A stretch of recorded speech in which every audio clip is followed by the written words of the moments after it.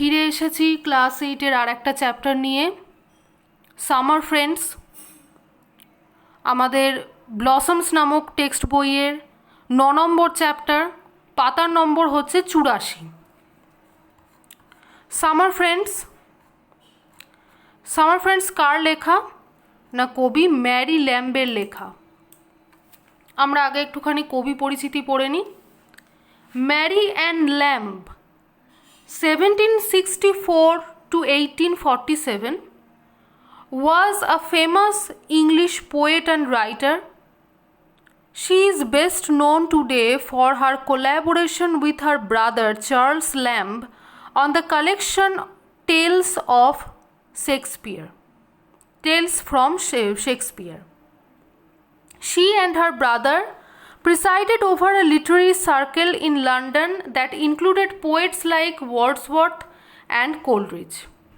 তাহলে Mary Ann lamb, যার জন্ম হচ্ছে 1764 এবং মৃত্যু হচ্ছে 1847, ইনি একজন বিখ্যাত কবি ছিলেন, এছাড়া লেখকও ছিলেন। এবং ইনি এবং এনার ভাই চার্লস ল্যাম্ব, এনারা দুজন একসাথে কিন্তু কবিতা লিখতেন। এই হলো চার্লস ল্যাম্ব এবং তার বোন ম্যারি অ্যান ল্যাম্ব, এনারা দুজন।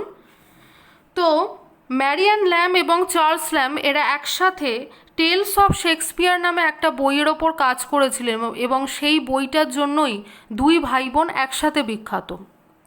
এবং এনারা সেই সময়ের কবি বা লেখক, যে সময়ে ওয়ার্ডসওয়ার্থ, কোলরিজের মতন তাবর কবিরা ইংরাজি সাহিত্য দাপিয়ে বেড়াচ্ছে, সেই রকম একটা সময়ে এনারা ভাই বোন মিলে ইংরাজি সাহিত্যে নিজেদের প্রভাব বিস্তার করতে পেরেছে, এটা কিন্তু খুব কম কথা কিছু নয়। সামার ফ্রেন্ডস কবিতাটা মূলত দুটো পাখি নিয়ে, একটা হচ্ছে স্প্যারো বা চড়াই পাখি, আর দ্বিতীয়টা হচ্ছে সোয়ালো পাখি। সোয়ালো পাখি সম্পর্কে আমরা আগের চ্যাপ্টারেই পড়েছি, হ্যাপি প্রিন্সে, সোয়ালো কীরকম ছিল। আচ্ছা, এই সোয়ালো আর এই স্প্যারো, চড়াই পাখির মধ্যে তফাৎটা কি? একটা বিশাল তফাৎ আছে, এবং এই বিশাল তফাৎটা নিয়েই কিন্তু আমাদের এই কবিতাটা। কি সেই বিশাল তফাৎ? না, আমরা কিন্তু হ্যাপি প্রিন্সে পড়েছি যে সোয়ালো পাখি বেশিক্ষণ ঠান্ডায় বাঁচতে পারে না, এটা একটা পরিযায়ী পাখি, এটা ঠান্ডার দেশে বেশিক্ষণ থাকতেই পারে না, যেখানে যখন ঠান্ডা পড়বে তখন এরা গরম দেশে ছুটে পালাবে। অন্যদিকে স্প্যারো বা চড়াই কিন্তু সেরকম নয়, শীত, গ্রীষ্ম, বর্ষা যেমন সময় আসুক না কেন, ও যে কোণটিতে থাকে সেই কোণটিতেই থাকবে, ও সেই জায়গা ছেড়ে যাবে না। এটাই হচ্ছে সোয়ালো আর স্প্যারোর মধ্যে একটা তফাৎ। এই পরিবর্তন বা এই তফাৎটাকে নিয়েই কিন্তু আমাদের এই সামার ফ্রেন্ডস কবিতাটা লেখা হয়েছে।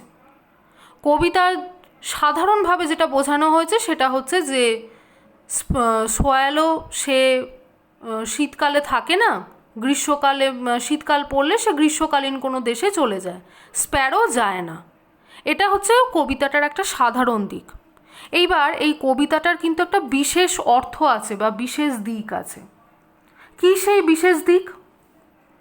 না, আমাদের জীবনে তো অনেক রকম বন্ধু আছে, আমাদের স্কুলে, পাড়ায়, টিউশনে, খেলার মাঠে আমরা অনেক রকম বন্ধু পাই। কিন্তু কখনো ভেবে দেখেছি এই সব বন্ধুদের মধ্যে কতজন আমাদের প্রকৃত বন্ধু? এই রে, মুশকিল করেছে, প্রকৃত বন্ধুটা আবার কি জিনিস? আসলে আমাদের জীবনে কিছু বন্ধু আছে যারা শুধুমাত্র সুখের সময়ই সামনে আসে, দুঃখের সময় তুমি তাদেরকে খোঁজো, তাদেরকে কিন্তু আর পাশে পাবে না। এদেরকে বলা হয় সুখী সময়ের বন্ধু। আবার আরও কিছু রকম বন্ধু আছে যারা কিন্তু সুখ কিংবা দুঃখ যে কোনো সময় তোমার পাশে থাকবে, কখনো তোমার পাশে ছেড়ে যাবে না। সে সময় যেমনই আসুক না কেন, যত ভয়ঙ্কর সময়ই আসুক না কেন, তুমি সব সময় তাদেরকে পাশে পাবে। এই রকম বন্ধুর সংখ্যা কিন্তু অনেক কম হয় জীবনে, এবং এরাই হচ্ছে আমাদের জীবনের প্রকৃত বন্ধু। আচ্ছা, তোমরা মহামুনি চাণক্যের নাম শুনেছ? মহামুনি চাণক্য, মহামুনি চাণক্যের তোমরা যদি ক্লাস 7-8 সংস্কৃত পড়ে থাকো তাহলে জানতে পারবে এনার একটা শ্লোক আমাদের আছে। এনার একটা কেন, এনার অনেকগুলো শ্লোক নিয়েই আমাদের সংস্কৃত ভাষায় পড়তে হয়, ব্যাখ্যা করতে হয়। তো একটা খুব গুরুত্বপূর্ণ শ্লোক আছে, সেটা হচ্ছে উৎসবে ব্যাসনে চৈব দুর্ভিক্ষে রাষ্ট্র বিপ্লবে রাজোদ্ধারে শ্মশানে য তিষ্ঠতি স বান্ধব। এইটা হচ্ছে সংস্কৃত ভাষায় লেখা ওনার একটা শ্লোক। এই শ্লোকটার অর্থ হচ্ছে উৎসবে, ভালো সময়ে, দুর্ভিক্ষে, রাষ্ট্র বিপ্লবে, রাজার দ্বারে মানে রাজার সম্মুখে, শ্মশানে, সর্বত্র তোমার পাশে যে ব্যক্তিকে পাবে সেই তোমার প্রকৃত বন্ধু। কত বছর আগে চিন্তা করো, চাণক্য হচ্ছে তোমার মোটামুটি চন্দ্রগুপ্ত মৌর্যের সময়, উনি চন্দ্রগুপ্ত মৌর্যের একজন পরামর্শদাতা ছিলেন। মৌর্য সাম্রাজ্যের প্রথম রাজা যিনি, চন্দ্রগুপ্ত মৌর্য, প্রথম চন্দ্রগুপ্ত মৌর্য, তার পরামর্শদাতা ছিলেন। সেই সময়ে উনি এই কথাটা সংস্কৃতে বলে গেছেন, যেটা আজও প্রযোজ্য। চাণক্যের এরম আরও অনেক শ্লোক আছে, শুধু এইটা একটাই নয়। ফিরে আসি কবিতায়। আমাদের কবিতায় যে সোয়ালো পাখি আছে, সে আমাদের জীবনের সুখের সময় থাকা বন্ধুগুলোর কথা বলে। সোয়ালো যেমন শীতকাল পড়ে গেলে গ্রীষ্মকালীন কোনো দেশে উড়ে পালিয়ে যায়, ঠিক তেমনি আমাদের জীবনের এমন কিছু বন্ধু থাকে যারা দুঃখের সময় এলে সেই বন্ধুদেরকে ছেড়ে পালিয়ে যায়, আমাদেরকে ছেড়ে পালিয়ে যায়, ঠিক এই সোয়ালো পাখির মতোই। আবার অন্যদিকে স্প্যারোর মতন অনেক বন্ধু আছে যারা কিন্তু শীত গ্রীষ্ম যে কোনো সময় তুমি তাদেরকে পাশে পাবে। তাহলে সোয়ালো সম্পর্কে কি বলেছেন কবি? সোয়ালো বলতে কবি সুখের সময়ের বন্ধুদেরকে বলেছেন, আর স্প্যারোর মাধ্যমে দুঃখের সময়ের বন্ধু বা মানে প্রকৃত বন্ধুদের কথা উনি এখানে তুলে ধরেছেন। এই হচ্ছে আমাদের কবিতার সাধারণ দিক এবং বিশেষ দিক। এবার হচ্ছে তোমরা বলতে পারবে আমাদের জীবনের প্রকৃত বন্ধু কারা? খুব সহজ একটা উদাহরণ আছে কিন্তু, আমাদের বাবা মা, যারা নিঃস্বার্থভাবে আমাদের পাশে থাকে, আমাদের যখন তখন খাওয়া দাওয়া, পড়াশোনা, খেলাধুলা সব কিছুর খেয়াল রাখে। মা বাবা আমাদের জীবনের প্রকৃত বন্ধু নয়? এটা একটা খুব সহজ একটা উদাহরণ। আচ্ছা, এইবার আমরা সরাসরি কবিতার মধ্যে প্রবেশ করি। এটা পাতার নম্বর হচ্ছে আমাদের 85 নম্বর পাতা। কি রয়েছে দেখা যাক। The swallow is a summer bird. He in our chimneys, when the weather is fine and warm, may then be heard, chirping his notes for weeks together. The swallow is a summer bird. খুব পরিষ্কার, swallow হচ্ছে গ্রীষ্মকালের পাখি। গ্রীষ্মকালে যখন weather পরিষ্কার থাকে, সুন্দর থাকে, গরমকাল যখন থাকে, সেই সময় কেউ যদি আমাদের বাড়িতে আসে, আমাদের বাড়ির চিমনির মধ্যে দিয়ে তার গলার আওয়াজ পাওয়া যাবে, সে ডাকছে। গরমকালে যতগুলো সপ্তাহ থাকে, প্রায় সব সপ্তাহেই প্রতিদিনেই কিন্তু তার গলার আওয়াজ শুনতে পাওয়া যায়। এবার প্রশ্ন হচ্ছে, চিমনি জিনিসটা কি? চিমনি জিনিসটা কি এটা আমি যতটা মুখে বোঝাতে পারবো তার থেকে একটা ছবি দেখালে বুঝিয়ে দিতে পারবো। এইটা হচ্ছে শীতকালীন দেশের, শীত প্রধান দেশের একটা বাড়ির ছবি। ভালো করে দেখো, বাড়ির মাথায় কতগুলো উঁচু উঁচু চোং টাইপের, চৌকো চৌকো চোং টাইপের জিনিস উঠে গেছে, এইগুলোই হচ্ছে চিমনি। এই চিমনির কাজ কি? চিমনির কাজ হচ্ছে যে বাড়ির ভেতর এই চিমনির সাথে আর একটা জিনিস জোড়া থাকে, সেটাকে, এই জিনিসটাকে বলা হয় ফায়ার প্লেস। মানে শীত প্রধান দেশে তো ঠান্ডা প্রচণ্ড বেশি, সেই জন্য বাড়িতে ফায়ার প্লেস নামে এরকম একটা জায়গা থাকে যেখানে আগুন জ্বালাবার ব্যবস্থা থাকে এবং আগুন জ্বালিয়ে আগুন পোহানোর ব্যবস্থা করা থাকে। এই জায়গাটা বা এই বিশেষ যে পদ্ধতিটা এইটাকে বলা হয় ফায়ার প্লেস। আর এই আগুনের ফলে যে ধোঁয়ার সৃষ্টি হবে সেই ধোঁয়াটা বেরিয়ে যায় চিমনির মাধ্যমে। তাহলে বোঝা গেল আমাদের চিমনি আর ফায়ার প্লেসের ব্যাপারটা। এই চিমনির মাথার ওপরেই সোয়ালো পাখি বসে থাকে এবং ডাকে, এইটাই কিন্তু কবি এখানে বলতে চেয়েছেন। এবার এই রকম ফায়ার প্লেস আর এরকম চিমনি আমরা আমাদের ভারতবর্ষে কেন দেখতে পাই না? খুব সহজ উত্তর, ভারতবর্ষ হচ্ছে গ্রীষ্মপ্রধান দেশ, শীত প্রধান দেশ নয়। এই জিনিসটা তাদের বাড়িতেই থাকে যে বাড়িটা শীত প্রধান দেশের অন্তর্ভুক্ত। ভারতবর্ষে তো চিরকালই গরম, সুতরাং ভারতবর্ষে ফায়ার প্লেসের জায়গায় মানুষ দেখতে পাবে পাখা, হাত পাখা, AC, table fan, standing fan, এই সমস্ত দেখতে পাবে। চলে যাই পরের লাইনে।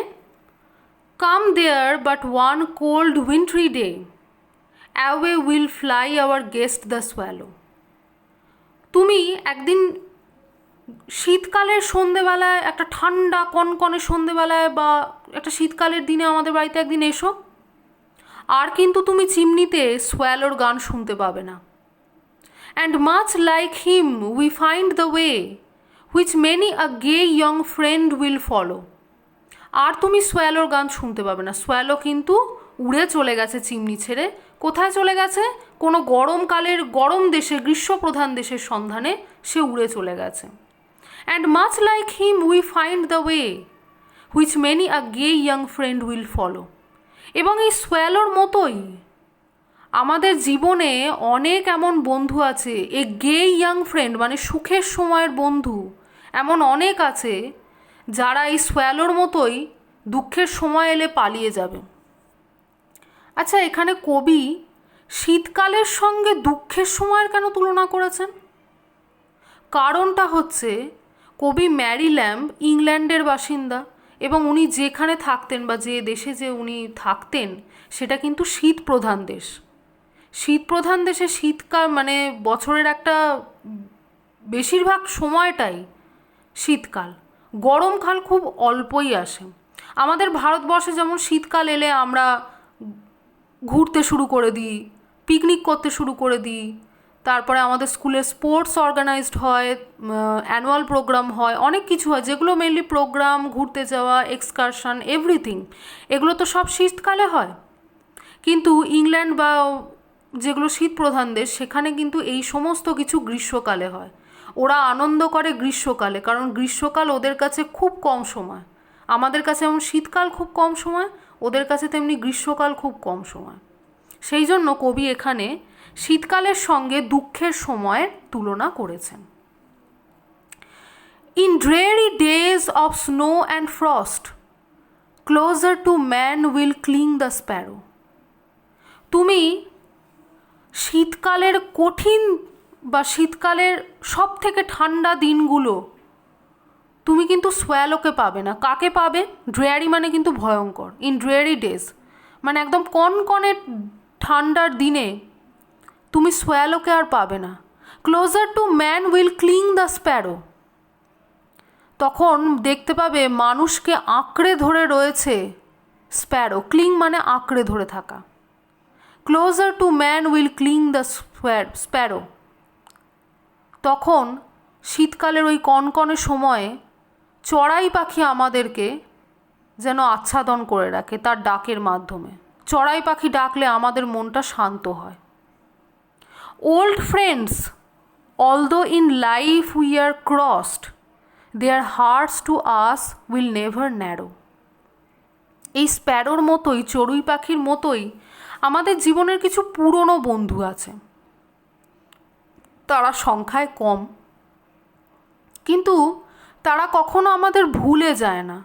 ক্রসড মানে ছেড়ে চলে যাওয়া। তারা কখনো আমাদেরকে ভুলে যায় না। Their hearts to us will never narrow. আমরা তো জীবনের অনেকটা সময় অতিক্রম করে এসেছি। যদি সেই সময়টার দিকে আমরা একটু ফিরে তাকাই তাহলে দেখতে পাবো সেই সব বন্ধুরা আমাদেরকে ছেড়ে কিন্তু কখনো চলে যায়নি, এবং তাদের হৃদয়ে আমাদের স্থান কিন্তু কখনো এক ফোঁটাও হালকা হয়ে যায়নি। তাহলে কি স্প্যারো বা চড়ুইয়ের সাথে তুলনা করেছেন প্রকৃত বন্ধুদের। Give me the bird, give me the friend, will sing in frost, will love in সরো। আমার সোয়ালোর মতন পাখি চাই না। আমার শুধুমাত্র সুখের সময় একটু দেখা দিয়ে চলে যাবে এমন বন্ধু আমার চাই না। গিভ মি দ্য বার্ড, আমার বাড়িতে স্প্যারোই থাকুক, চড়াই পাখিই থাকুক, সোয়ালোর দরকার নেই। আমার পাখি আমার বাড়িতে যে আমার কাছে যতটুকুই বেশি বন্ধুত্বও আমার চাই না।